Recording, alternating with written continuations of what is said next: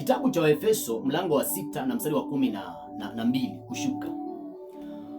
Maandiko yasema, kwa maana kushindana kwetu sio juu ya damu na nyama, bali ni juu ya falme na mamlaka, juu ya wakuu wa giza hili, juu ya jeshi la pepo wabaya katika ulimwengu wa kiroho. Mstari wa 13 unasema, kwa hivyo twaeni silaha ili mkapate kushindana siku ya uovu. Nikawa nimeeleza kwamba kuna siku ambayo wachawi na waganga na maadui zako walikaa chini wakakupangia mabaya. Kuna siku ambayo huyo mtu anakuchukia alikutamkia mabaya kwa kinywa chake, na kama hayo mabaya hukuyarudisha, kama hayo mabaya hukuyafuta, ujue kwamba ni bila shaka yatakutokea. Na sasa nataka nikufundishe namna ya kupigana katika siku ya uovu ambao umepangiwa na wachawi, umepangiwa na waganga, umepangiwa na maadui zako. Utapigana kwa namna gani? Ni silaha gani ambazo unafaa kuzitumia katika kupigana vita? Paulo anaanza kuelezea silaha, maana amewahi kupigana vita, aswa akiwa Efeso alipigana vita sana. Anaanza kuelezea zile silaha ambazo mtu anafaa kuvaa kabla hajaingia kupigana vita. Maana anasema kushindana kwetu sio juu ya damu na nyama, yaani hatupigane vita kimwili. Kuna maspiriti ambayo unafaa kupigana nayo kabla hujaanza, ambayo ukipigana nao katika ulimwengu wa kiroho, katika ulimwengu wa kimwili utakuwa umeshinda obvious, utakuwa unapata ushindi. Anawaambia kwamba kushindana kwetu sio juu ya damu na nyama, bali ni juu ya falme na mamlaka. Tunapoongelea kuhusiana na falme na mamlaka, tunaongelea kuhusiana na watu walio katika level ya kifalme, tunaongelea kuhusiana na viongozi, tunaongelea kuhusiana na wakuu wa anga ambao wamekamata nchi kiujumla, tunaongelea kuhusiana na majini, tunaongelea kuhusiana na mapepo ambayo yana operate katika level za falme na mamlaka. Anawambia juu ya falme na mamlaka, wakuu wa giza hili. Tunapoongelea kuhusiana na wakuu wa giza, tunaongelea kuhusiana na wachawi, waganga, wasihiri, washirikina, wasoma nyota, au wote ndio wakuu wa anga sasa. Lakini pia anasema juu ya pepo, jeshi la pepo wabaya katika ulimwengu wa kiroho. Jeshi. Sijui kama umewahi kuona kikundi cha jeshi kikiwa kimejipanga mahali, wanafanya mazoezi, wanakuanga ni wengi, si mchezo. Mapepo wanakuanga wamejipanga kwa hiyo namna, na ujue wanapoitwa jeshi ina maana wamevaa silaha kiasi kwamba ukirusha silaha yako wanaweza wakazuia, kwa sababu wamevaa mavazi kama jeshi.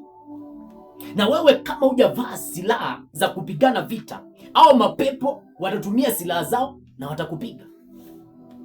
Wanaitwa jeshi la pepo wabaya katika ulimwengu wa kiroho kwa sababu wamejihami katika kupigana vita. Wamevaa mavazi kwenda kupigana vita, wamejiandaa, wamefanya mazoezi ili kwenda kufanya vita.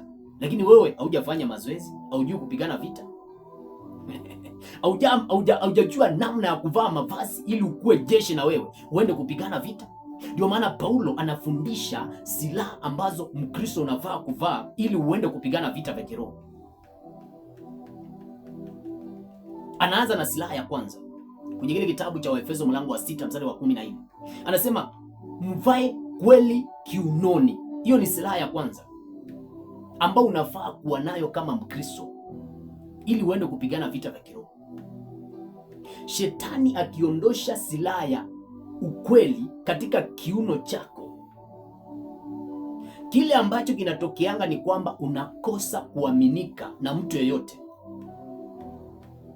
Na ukikosa kuaminika na watu, kuna watu ambao watakuwa wanataka kupea kazi, lakini hata kuamini huyu mtu.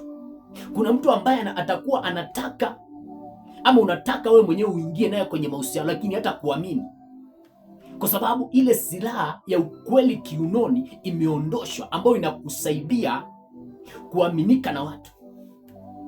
Ukiona mtu ambaye aaminiki, ujue kwamba huyo mtu shetani alitoa silaha ya ukweli katika kiuno chake. Ndio maana ukisoma kwenye kitabu cha Mithali mlango wa 31 na mstari wa 11, maandiko yasema ya kwamba moyo wa mume wake umwamini. Solomoni alikuwa anaelezea kuhusiana na mke mwema. Anasema mke mwema ni nani awezaye kumuona? Maana kima chake kinapita sijui nini. Anasema moyo wa mume wake huo unamwamini, na mume wake akienda kutafuta hawezi kupata mapato. Ukiona unamwacha mke wako kwa nyumba, lakini anytime unadhani ya kwamba anaweza akabeba vitu vyako ukabakia bila chochote. Unamwacha lakini haumuamini. Ujue kwamba ile silaha ya ukweli ndio imeondoshwa. Na ujue kwamba hii silaha, maandiko sema kweli kiunoni, na maana kwamba imewekwa katika kiuno. Na katika kiuno ndipo kuna kanga, sehemu za siri. Kwa hivyo ukiona hii silaha imeondoshwa, inakuanga inalenga ukosefu wa uaminifu katika ndoa. Sijui kama kuna mtu ananielewa. Ukiona hamna uaminifu, hamuaminiani katika mahusiano kwenye ndoa, cha kwanza unafaa kuomba silaha ya ukweli irudi kiunoni, ili upigane vita ya uaminifu, upigane vita ya kuwa unaweza ukaaminika, ukawa mkweli, na hapo ndio mambo yako yataenda, ndoa yako itaenda sawa. Lakini ukiwa una hii silaha, shetani atakuwa anakupiga 1-0 ama 10-0. Hiyo ni silaha ya kwanza. Silaha ya pili ambayo unafaa kuijua na ukaitumia katika kupigana vita vya kiroho inaitwa dirii ya haki, ambayo inavaangwa kifuani. Inaitwa dirii ya haki ambayo inavaangwa kifuani. Ukisoma kwenye kile kitabu cha Mithali mlango wa 24 na mstari wa 16, maandiko yasema ya kwamba mwenye haki huanguka mara 7 akainuka tena. Huyu ni mwenye haki. Kwa hivyo wewe kama ni mwenye haki, uko na haki ya kupona, uko na haki ya kuingia kwenye ndoa, uko na haki ya kufanya hiyo biashara, uko na haki ya kuwa tajiri. Ujue kwamba kuanguka, jambo la kwanza ni lazima, na utaanguka mara 7 ukainuka tena. Ipo ndio tunapimanga mwenye haki, namna ya vile ambavyo ukianguka utainuka. Hapo ndio tunakupimanga wewe ni mwenye haki ama wewe sio mwenye haki. Maana maandiko yasema mwenye haki huanguka mara 7 akainuka tena, akanyanyuka tena na akaendelea safari, lakini wasio haki ukwazwa na mabaya.